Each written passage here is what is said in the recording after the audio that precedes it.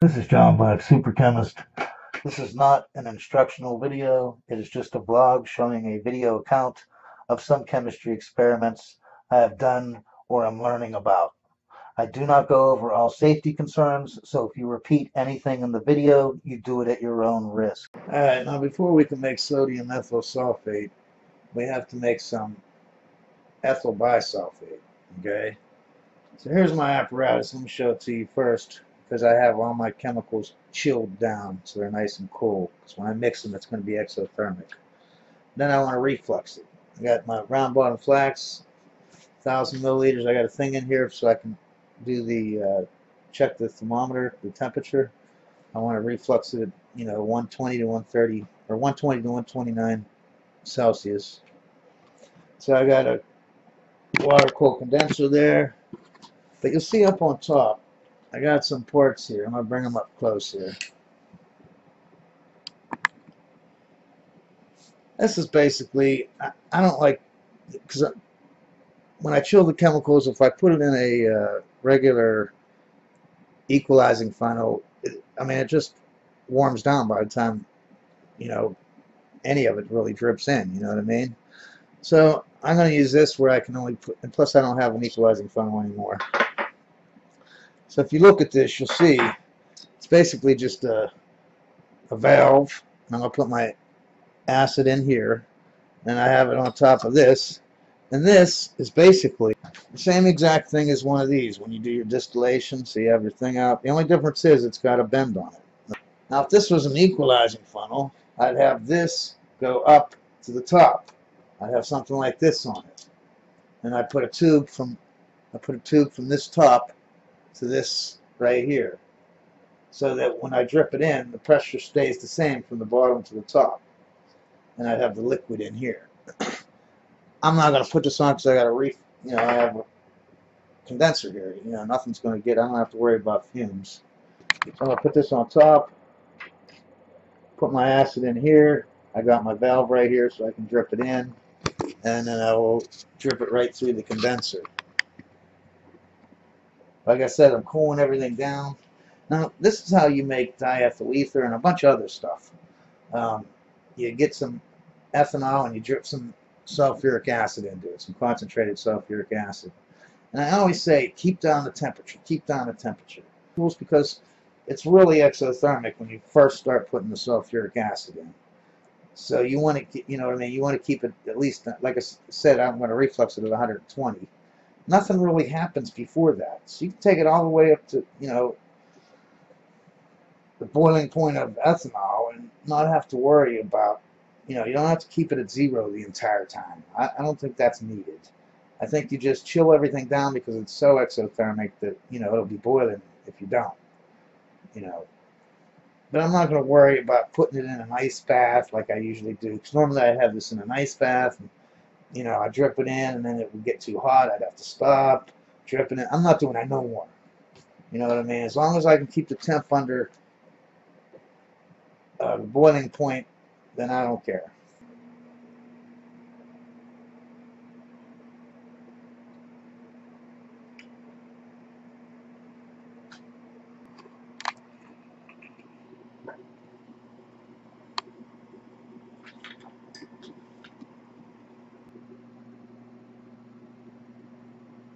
And I want to try to keep the temp down below the boiling point.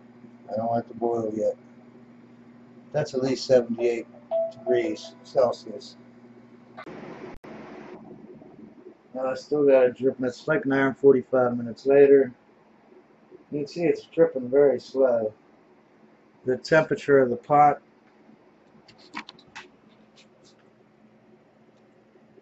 is only at 50 Celsius. And I got half of the sulfuric acid. And this next half I'm going to speed up the drip rate, because I want it to be boiling before I add in all the sulfuric acid. There we go. Now I'm just going to keep it like that until I see it boiling.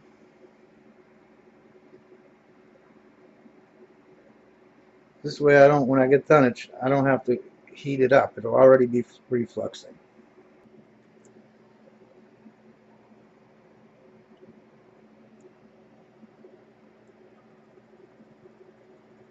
Okay, I added the second half of that in about 5 minutes. So it's all added. It's been about an hour and 50 minutes. It took me to add it. I should have added it faster because the temp is only 85 C and I need it to be at 120. So we're going to turn on the heat. And also I'm going to take off this top two pieces, this contraption that's supposed to be my equalizing funnel. Take that off. Start refluxing. It wasn't boiling after I added my stuff in, so I had to add a little bit millimeter by milliliter of drain cleaner, sulfuric acid, until I got the boiling temperature up. Because it was refluxing at about 115. I wanted to reflux at 120. So anyways, I kept putting it in, and then I overshot it. So now it's refluxing about 125, well actually 126, and it's starting to make some diethyl ether. So I'm trying to turn the heat down and get it to reflux about 120, 122. So I'm not adding no more stuff to it, I'm just adjusting the heat now. So it's refluxing about up to right here. It's maybe a third of the way up to the condenser. That's where I want it. It's at 124. I think it's good now. It's perfect. So now I'm just going to reflux it for 3 hours. I finally got it under control, so it's at 120 degrees and it's still refluxing slightly. You'll notice how it's a yellow color now instead of clear. So hopefully something's going on here. Hopefully we're making a product. If you see anything floating on top, then that means you're making ether, and that means you need to turn the heat down a little bit. I'm actually refluxing this between 118 and 120. It seems like when I go up to 125, I can see stuff ether on the top, and also I can smell it at the top. You know, when I put my nose up here, I could smell diethyl ether. Just a little bit, just a tint.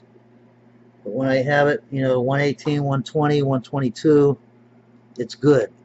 Anything more than that, I start smelling it and I start seeing stuff floating on the top, meaning I'm making diethyl ether. I don't want to do that. It's been about an hour refluxing, and I turned the reflux down. Now I have it refluxing at about 115. Actually, after about a half hour, I took it down to 115 because it seems like it's making diethyl ether. I know the books say 120 reflux it at. I'm starting to think maybe 110 would be the best thing to reflux it at. I do like the color though. It's a nice yellow. Looks nice and clear. You can see how it had no color tint to it at all when we first started. So something is happening. Like I said, I'm taking the reflux down, or have been for the last half hour, to 115 Celsius. So I'll get back to you when we're done. Alright, so we're pretty much done here. I'm getting ready to turn the heat off. First half hour, I was at like 125, and I spent a half hour trying to get it down to 120. And when it was at 120, it seemed like it was making diethyl ether, so I turned it down to 115. It took me a half hour, so there was an hour there. The next 2 hours, I kept it at exactly between 113 and 114 Celsius. I know the books say 120, and that's like, I'm guessing you need that much heat for the activation energy, you know, to kick off the reaction.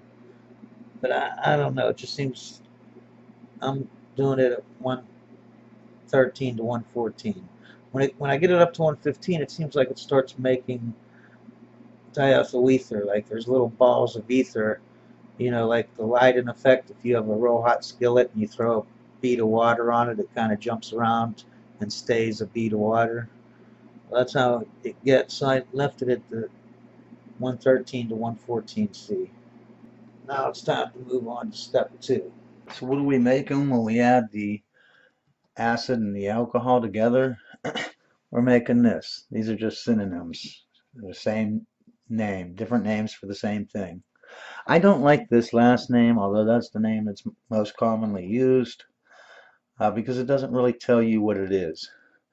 I prefer these first two ones, and actually any of them other than that one. If you look at this, it's just basically if you take this alkyl group off this um, two carbons and add a hydrogen, so it looks just like this side, that's sulfuric acid.